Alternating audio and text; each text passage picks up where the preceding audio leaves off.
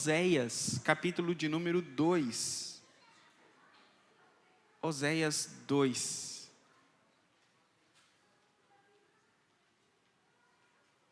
E o tema que nós vamos hoje estar estudando, olhando, fala sobre o deserto. Quando Deus nos leva para o deserto para falar ao nosso coração. Obrigado, irmãos. Todos acharam? Oséias 2.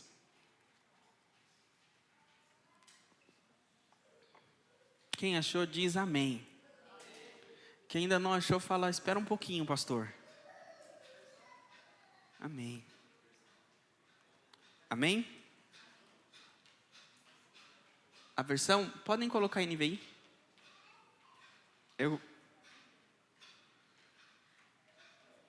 Versículo 14, capítulo 2, versículo 14. Diz assim: portanto, agora vou atraí-la, vou levá-la para o deserto e falar-lhe com ternura. Versículo 15. Ali devolverei a ela suas vinhas e farei do vale de Acor uma porta de esperança. Ali ela me responderá como nos dias da sua infância, como no dia em que saiu do Egito. Versículo 16. Naquele dia, declara o Senhor, você me chamará meu marido e não me chamará meu Senhor.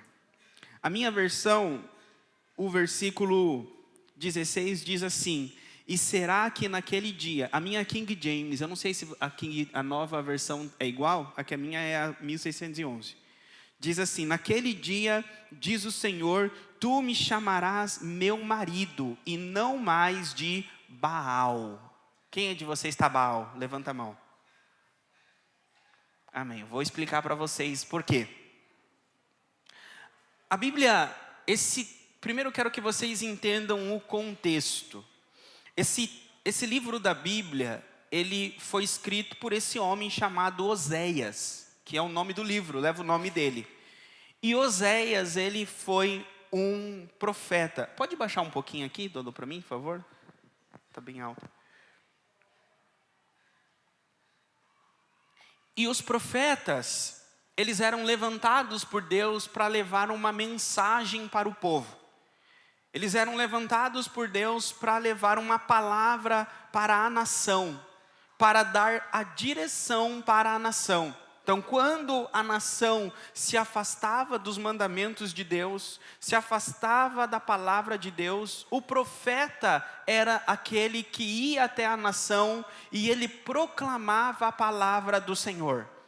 Então, muitas das vezes, vocês vão ler na Bíblia que a palavra do Senhor veio ao fulano de tal, ao profeta tal, e ele disse, assim diz o Senhor. E aí ele proclama a palavra, ou o oráculo que veio a ele para aquele povo, para aquele momento. E essas palavras proféticas, a maioria delas está nos livros proféticos da Bíblia. Livro de Isaías, Jeremias, Oséias. E nós então estamos lidando com um desses livros hoje. É um livro escrito pelo profeta Oséias. E o profeta Oséias, ele dirigiu as palavras dele para o povo de Israel, que estava na região norte. Essa época aqui havia já tido uma divisão. Quando Deus leva o povo de Israel para a terra prometida, a Bíblia diz lá no livro de Josué, que eles dominam a terra de Canaã, conquistam a terra de Canaã, a terra que mana leite e mel, e a terra ela é dividida entre as 12 tribos descendentes dos filhos de Jacó. Passado o tempo, do livro dos Juízes, conforme está ali na Bíblia de vocês, a Bíblia diz que Deus institui a monarquia, os reis. Então o primeiro rei foi o rei Saul, depois ali da transição de Samuel. E depois de Saul, vem Davi e Salomão. Esses três reis, eles eram reis do povo unificado. Ou seja, eles eram reis de todas as tribos de Israel. Um rei para as 12 tribos. Até aqui vocês estão entendendo?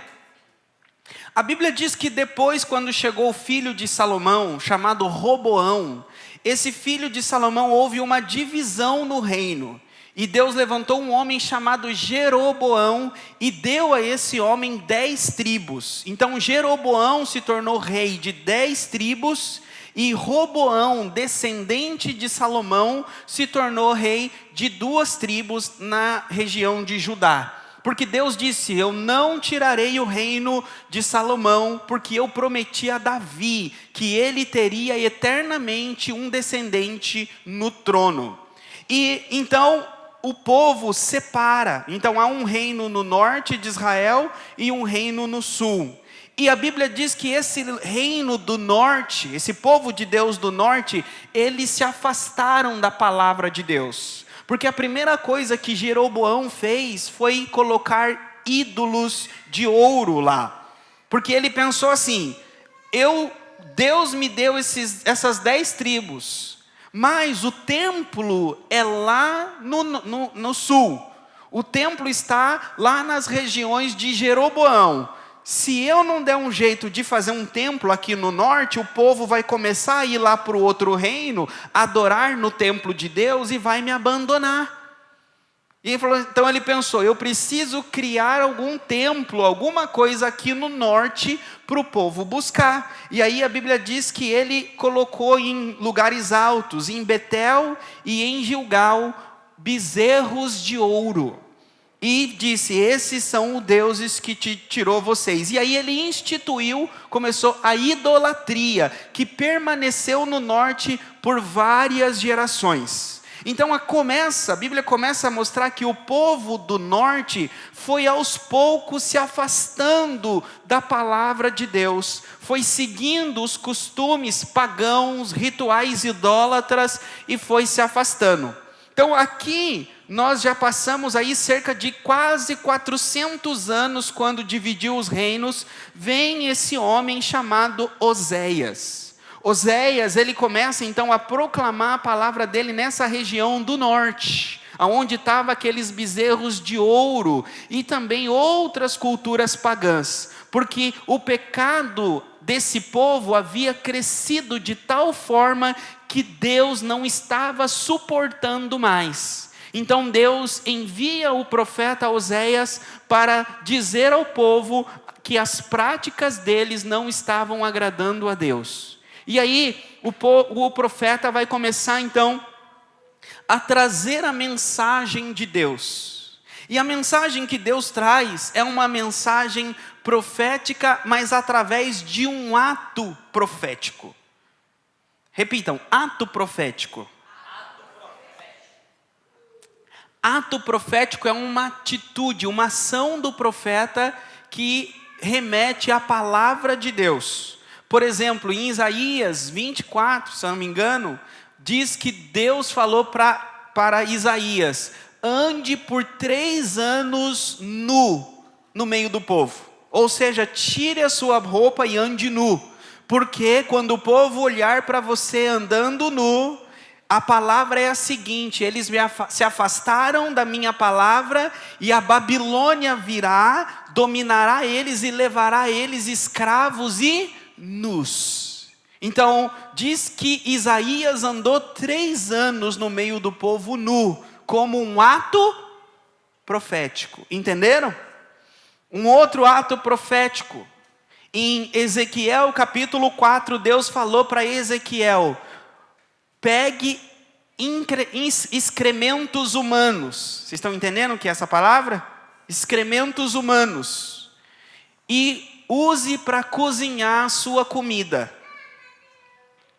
Porque esse é um ato profético.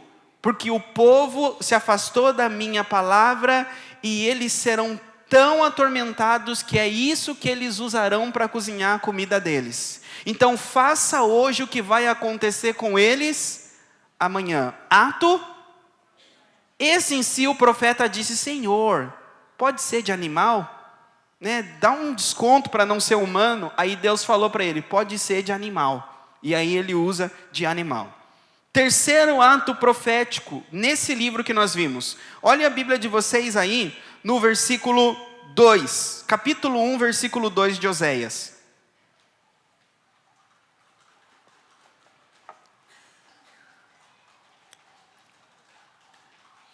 Diz assim: o princípio da palavra do Senhor por meio de Oséias. E o Senhor disse a Oséias: vai, toma para ti uma mulher de prostituições e filhos de prostituições. Toma para você uma prostituta como esposa.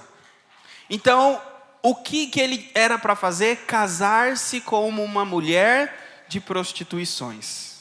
Como um ato profético, que Deus estava dizendo: assim como é o seu relacionamento, é o meu relacionamento com o meu povo. Assim como essa mulher será infiel a você e é infiel a você, assim é o meu povo para comigo, infiel. E a Bíblia diz que ele vai até uma mulher, o nome dela é Gomer, e ele se casa com essa mulher, ele toma ela como esposa. E a Bíblia diz que ele tem um filho com ela. Versículo 3 diz que ela concebeu e lhe deu um filho. E ele colocou o nome desse filho de Jezreel. Deus falou: o nome do teu filho vai se chamar Jezreel, que significa Deus semeia. Então o filho também era um ato profético. Depois ele teve mais 2 filhos, na verdade depois ela teve mais 2 filhos. A Bíblia não diz que era dele, ela diz que ela concebeu e deu à luz. A Bíblia não diz que ela lhe deu. Então ela teve mais 2 filhos. Um outro filho se chamou Lo-Ruama, que significa não compaixão. Todos esses filhos foi Deus que falou para dar um nome. Falou: seu filho vai se chamar Lo-Ruama, porque Lo-Ruama significa aquela que não tem compaixão, que não vai receber compaixão. E o outro diz o seguinte: o outro vai se chamar Lo-Ami, que significa que esse não é meu povo.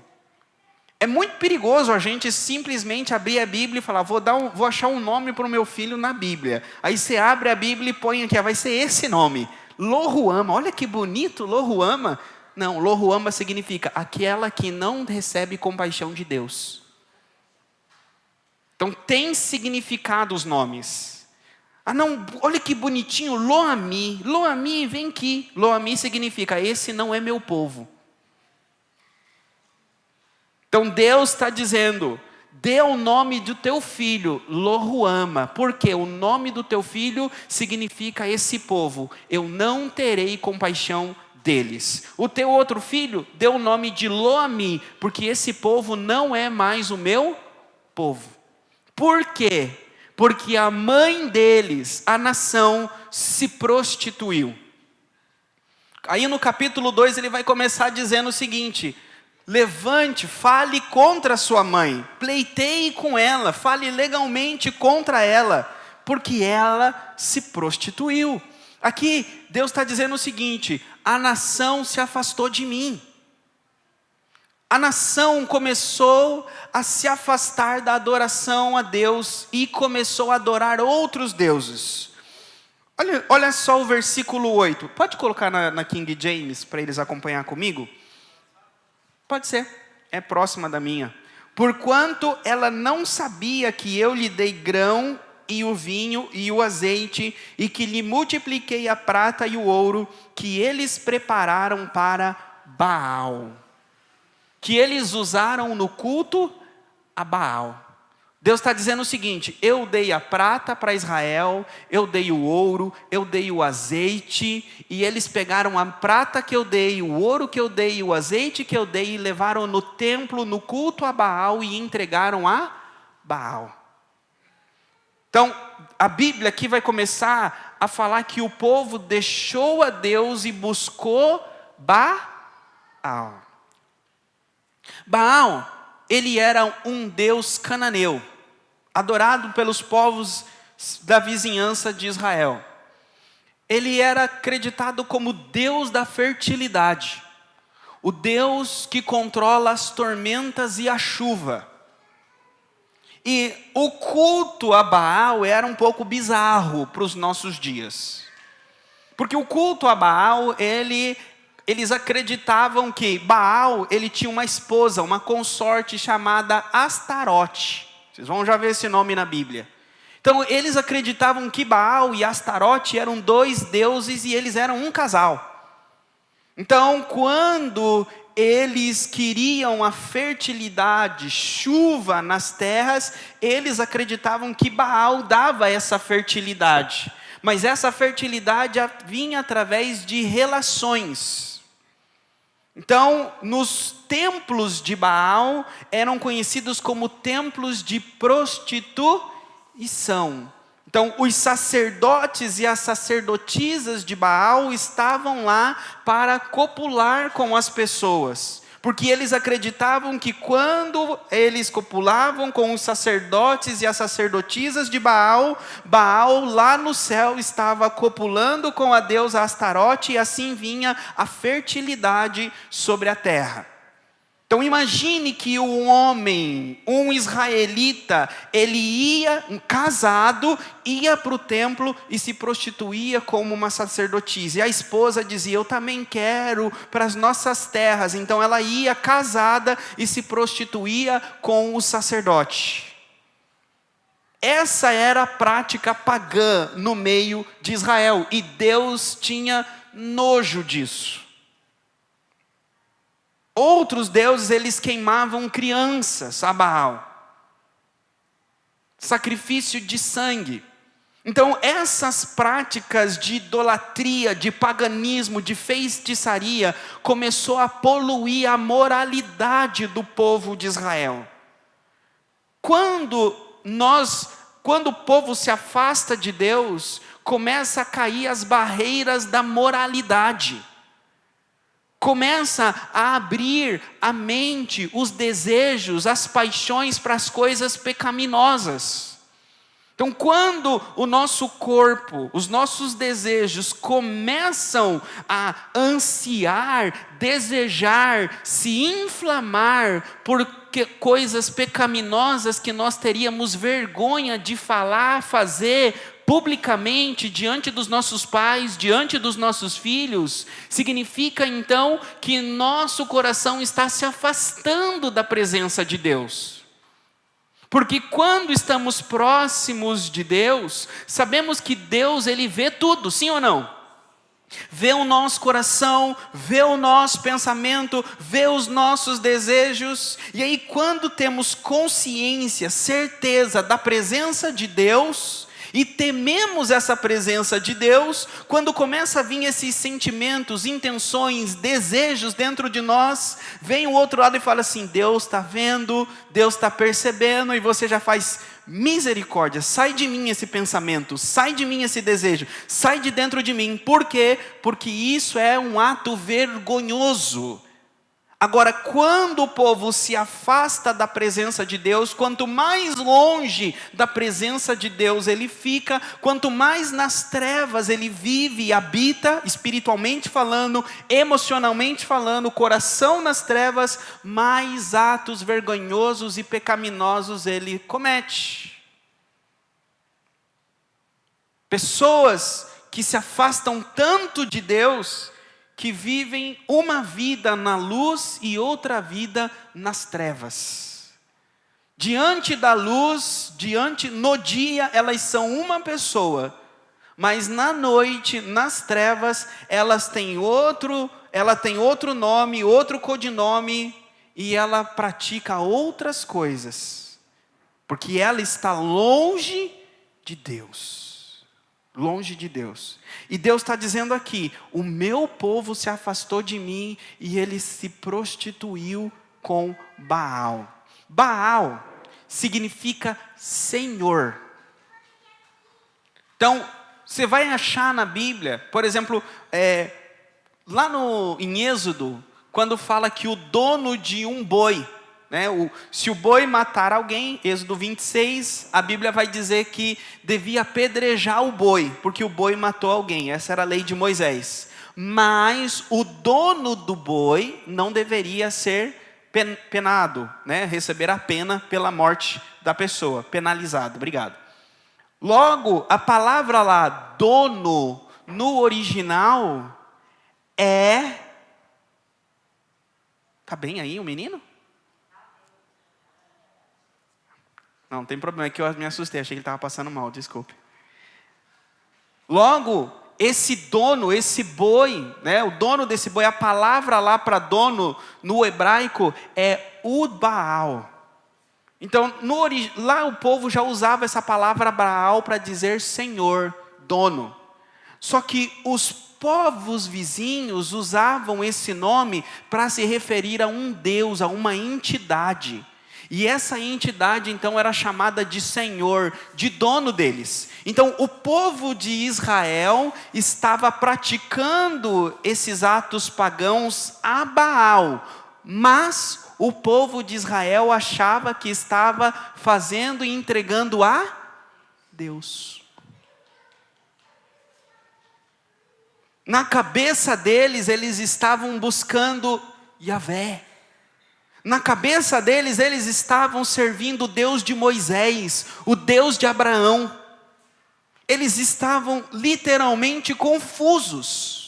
Por quê? Porque eles vinham de gerações em geração, em geração, em geração, vivendo no norte, um lugar que havia muitos anos se abandonado a palavra de Deus, o conhecimento de Deus. Então eles não sabiam qual era a forma que cultuava Deus. Então eles cultuavam a Deus da forma que os pagãos cultuavam a Baal. E achavam que estavam cultuando a Deus, mas eles estavam praticando as coisas igual os pagãos à volta praticavam para Baal. Por isso que Deus diz para eles, lá no capítulo 2, versículo 16, vocês não mais me chamarão meu Baal. Porque eles praticavam todo esse tipo de paganismo e chamavam Deus meu Baal, meu Senhor, meu dono. E Deus está dizendo, vocês não vão mais me chamar de meu Baal. Por quê? Porque agora eu vou atuar. Primeiro, a Bíblia começa a falar aqui agora como Deus lida com a idolatria. Idolatria e prostituição é a mesma coisa em Oséias. Eu já vou passar para o final, mas eu quero focar essa parte com vocês. O texto de hoje é como Deus cura a idolatria no nosso coração. Como Deus cura a prostituição espiritual. O que é a prostituição espiritual? É a traição espiritual. É eu abandonar aquele ao qual eu me aliancei. O casamento nós fazemos uma aliança, não é? Então é eu abandonar a minha aliança com Deus e me aliançar espiritualmente com outro Deus. Pastor, tem isso nos nossos dias? Tem, e bastante. Porque eu vou primeiro identificar para vocês qual é a característica da aliança espiritual. Para aí vocês entenderem como identificar a prostituição e a idolatria espiritual. Primeiro, a aliança espiritual com Deus é, quando nós fazemos uma aliança com Deus, Ele se torna o nosso único Deus. Sim ou não? Não haverá outros deuses a não ser Ele, certo? Então, sendo Deus, Ele é o que para nós? O nosso provedor, sim ou não? Então, tudo que precisamos, Ele vai prover. Então, é Ele que nos dá o nosso alimento, é Ele que nos cura, sim ou não? É Ele que é a nossa alegria, sim ou não? Ele é tudo para nós. Então, aí está a característica da aliança espiritual que fizemos com Deus. Como acontece a idolatria nos nossos dias? Como acontece a prostituição espiritual nos nossos dias? Quando nós tratamos outra coisa ou alguém como Deus na nossa vida. Por exemplo, se eu perder essa vaga, o mundo acabou para mim. Se eu perder essa oportunidade, eu não tenho mais esperança. Se eu perder essa família, eu não tenho mais alegria, eu não tenho mais... Ou seja, tudo aquilo que você disser que é tudo para você, você está dizendo que aquilo é Deus para você.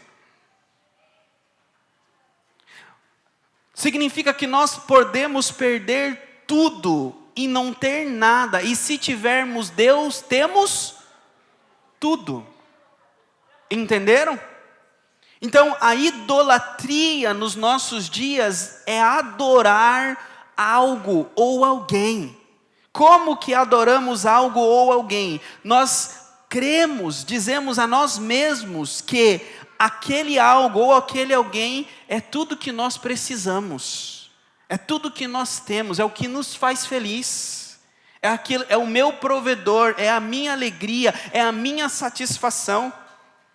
Tem pessoas que acreditam que a droga é: se eu não der um trago agora, se eu não der um tiro agora, eu não tô feliz, eu não tenho alegria, eu vou morrer. Tem pessoas que acreditam que é bebida, é amigos. Tem pessoas que acreditam que é o sexo. Então, quando nós usamos comida, remédios, o que você é dependente, a sua dependência é o seu ídolo. Tomar cuidado que às vezes a nossa dependência é com quem nós nos prostituímos espiritualmente. Porque daquilo que somos dependentes, talvez podemos dizer que aquilo é o nosso Deus. O crente, o cristão, aquele que serve a Deus, só é dependente de Deus. Não depende de ninguém.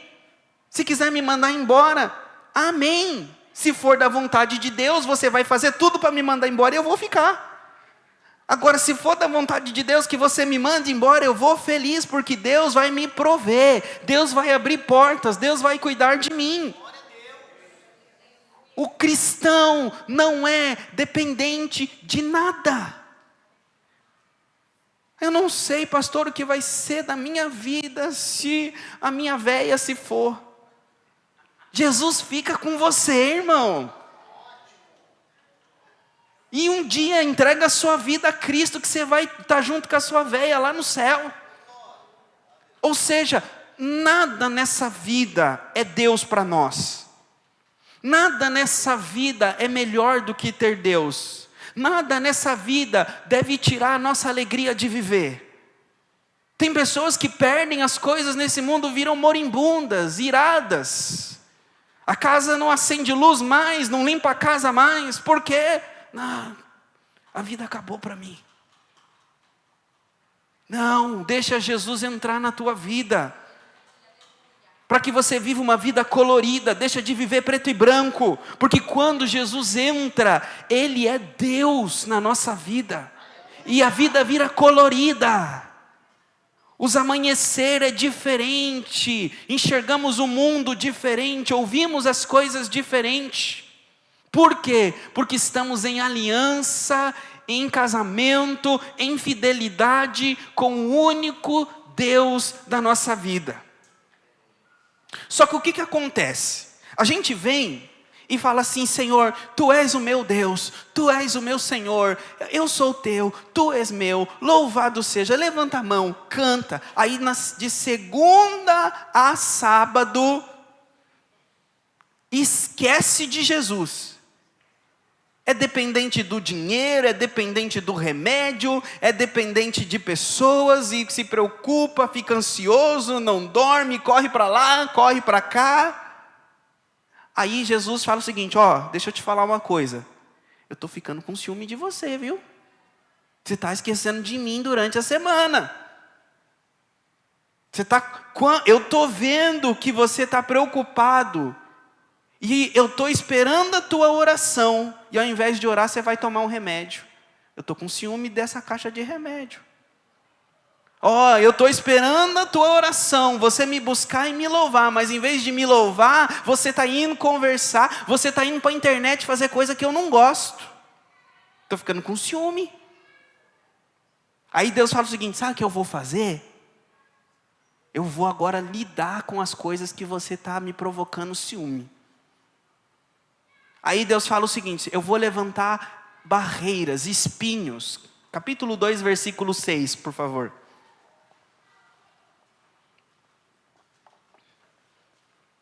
Portanto, eis que cercarei o seu caminho com espinhos e erguerei uma muralha. Aí eu assim, você corre para o médico fala, não posso te ajudar. Você corre para o banco, o gerente fala, não posso te ajudar. Você corre para o remédio, toma 2, 3, 4, não faz efeito. Aí você está falando assim, Senhor, para onde eu vou? Parece que o meu caminho está cercado com espinhos. É isso que Deus está dizendo. Sabe por que o teu caminho está cercado com espinhos? É que eu estou com ciúmes de você. Você não está vindo me buscar, você não está vindo me adorar. Então, eu estou fechando os teus caminhos, eu estou levantando muralhas. E aí, ele fala assim, e outra coisa, sabe aquele óleo que eu te dei, aquela bebida que eu te dei, aquele azeite que eu te dei, que ao invés de você entregar para mim, você foi entregar para o outro Deus, você entregou para o médico, você entregou para o advogado, você entregou nas drogas, você entregou na adega, você entregou na boca de fumo, sabe o que você fez? Então, eu vou começar a tirar de você agora tudo que eu te dei. Eu vou fechar os seus caminhos e agora o teu bolso vai começar a emagrecer. E aí isso está no versículo 8.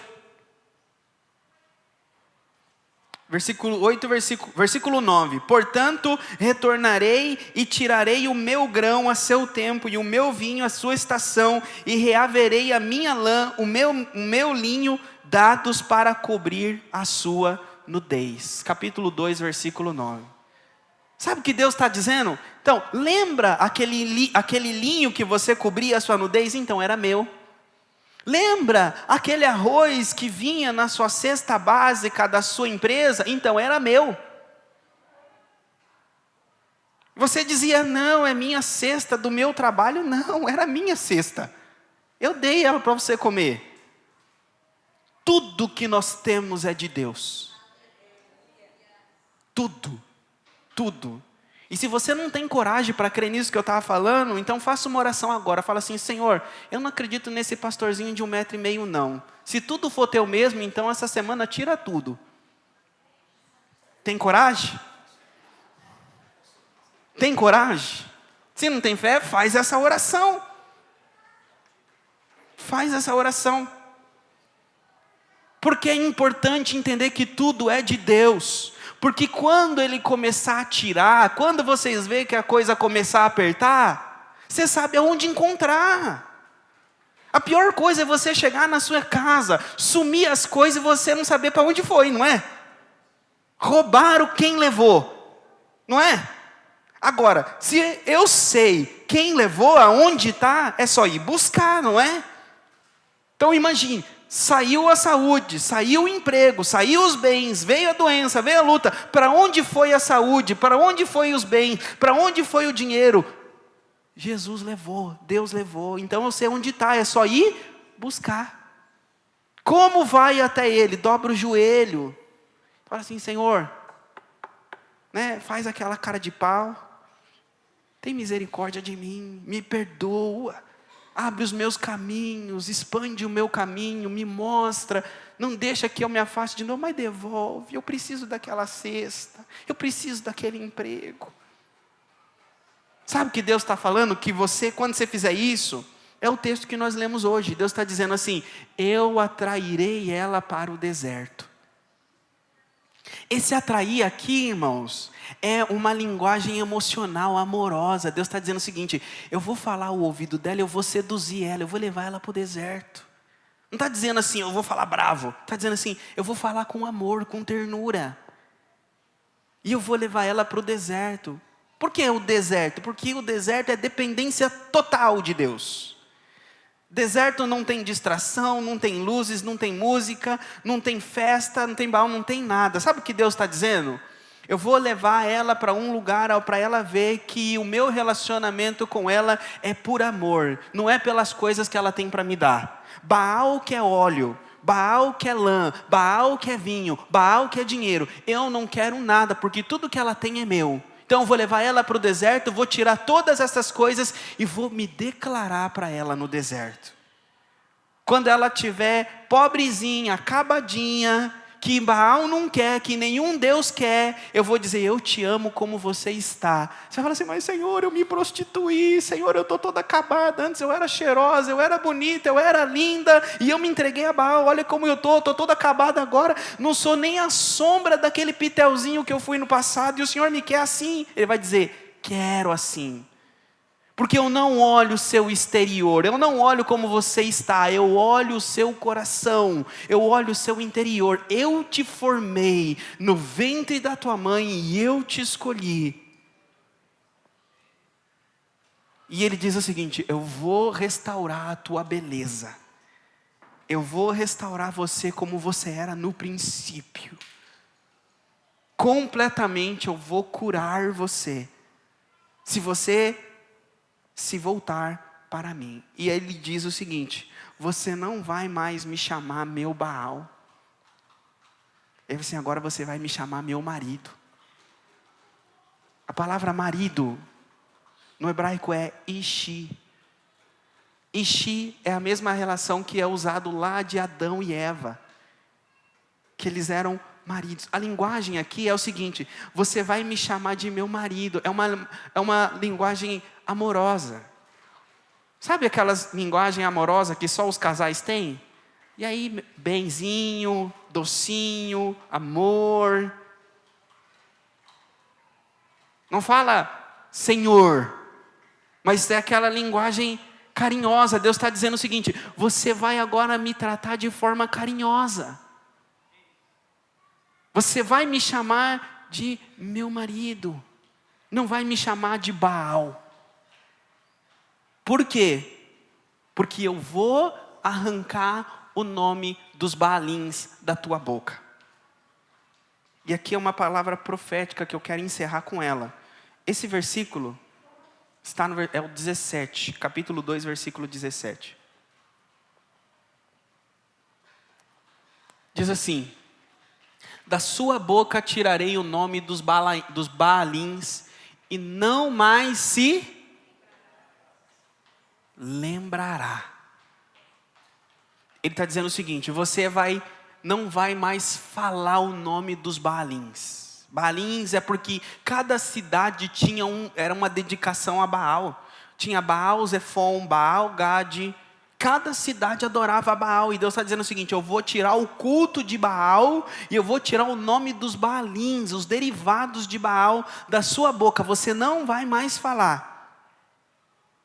E o mais lindo, ele fala o seguinte, você não vai mais se lembrar.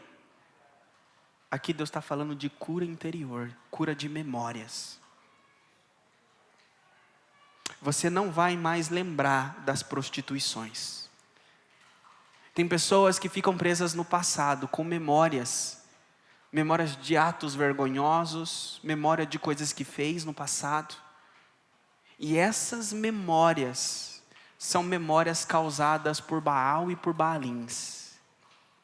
E Deus está dizendo, eu vou curar a tua memória, eu vou curar o teu passado, você não vai mais lembrar.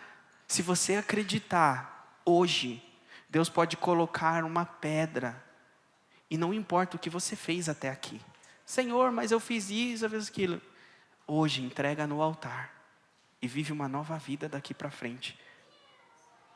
Ele está dizendo hoje para você e para mim, se vocês crerem, hoje vocês podem vir na presença de Deus, orar, receber, restaurar o relacionamento com Ele. Ele está dizendo, eu vou limpar o teu interior.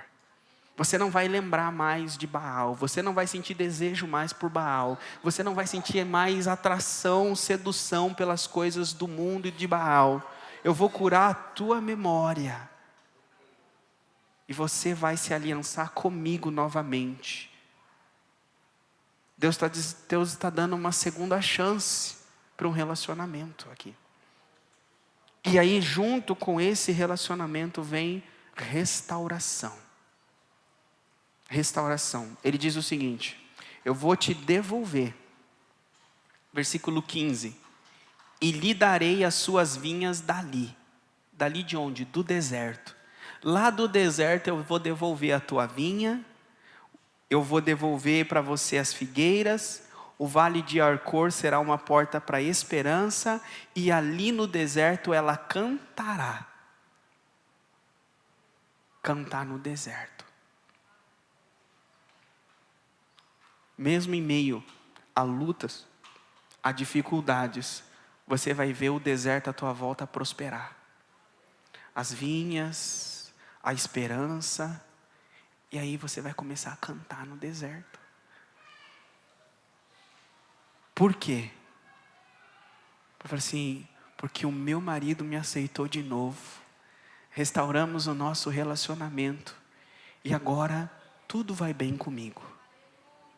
Tudo vai bem comigo. O que eu precisava, eu agora alcancei. E nessa força e nessa fé, você vai viver uma nova vida. Para fora do deserto. Amém? Eu quero pedir para o pessoal do louvor voltar para o púlpito. Vamos cantar novamente esse louvor do Posso Clamar? Enquanto vocês estavam cantando esse louvor,